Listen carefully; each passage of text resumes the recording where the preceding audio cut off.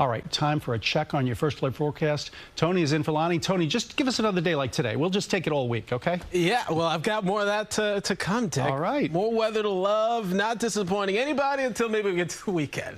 And that might come with a chance of showers. But we're all good so far. I really hope you enjoyed the holiday. It was fantastic, I would say. And I know not everybody's ready, okay, to unofficially end summer. So for you, a little bit of a consolation. Low humidity, nice fall feel, and then that next rain chance, which right now we're pegging for Friday, but really might be mainly Saturday. We'll continue to fine-tune that part of the forecast. But here's what you got right now. It's not a whole lot of action in our region. Fronts well east, so there are the clouds. But now with clear skies, a new air mass moving in, you're not reading that wrong. There is a frost advisory for parts of New York State. I mean, you got to go north of like Albany and Utica. But it's there. Temperatures could briefly dip into the 30s. We're not looking for that here. But cool enough that it's notable. Keep in mind, normal lows this time of the year, mid-60s. Notice what you don't see on the map. 60s. Many of us will be below that and below normal by a bunch. Going with a low about 58 in the city. Be the coolest we've been in about 2 weeks. Freeholder thinking more like low 50s, Trenton low 50s too. But a handful of you 40s, and yeah, dressing kids for at the bus stop for big chill. I mean, for this time of the year, these are pretty impressive numbers.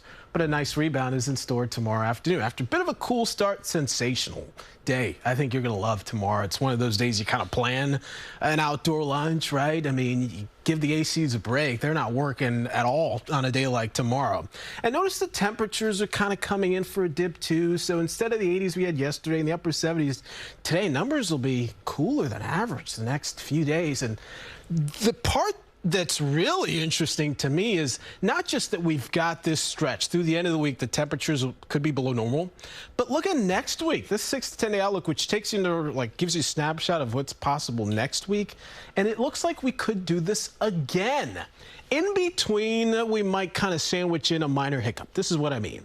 When you look at the European model Friday, this is the rain chance low to the south. Some moisture starts to work in. It's not a big rain chance. Right now it looks like Saturday, particularly late, could get swiped by a quick round of rain that should leave us by Sunday. So of the next 5 days, the rain chance is highest, I know, on the weekend day. But right now, models still, have some fine-tuning to do in terms of how much rain, the timing, all the impacts and that sort of thing. But in the meantime, this is a 7-day to love. I mean, if you are ready for fall, Dick, I mean, look at this. We got 7 straight days with highs in the 70s. Next few are just going to be gorgeous to be outside. High pressure means sunglasses every day and likely not the umbrella until about Saturday. But late September is arriving in early September. Yeah, which I'm not mad about it as long as we don't get too carried away. That's fine. We frequently get too carried away. All right, Tony, thanks very much.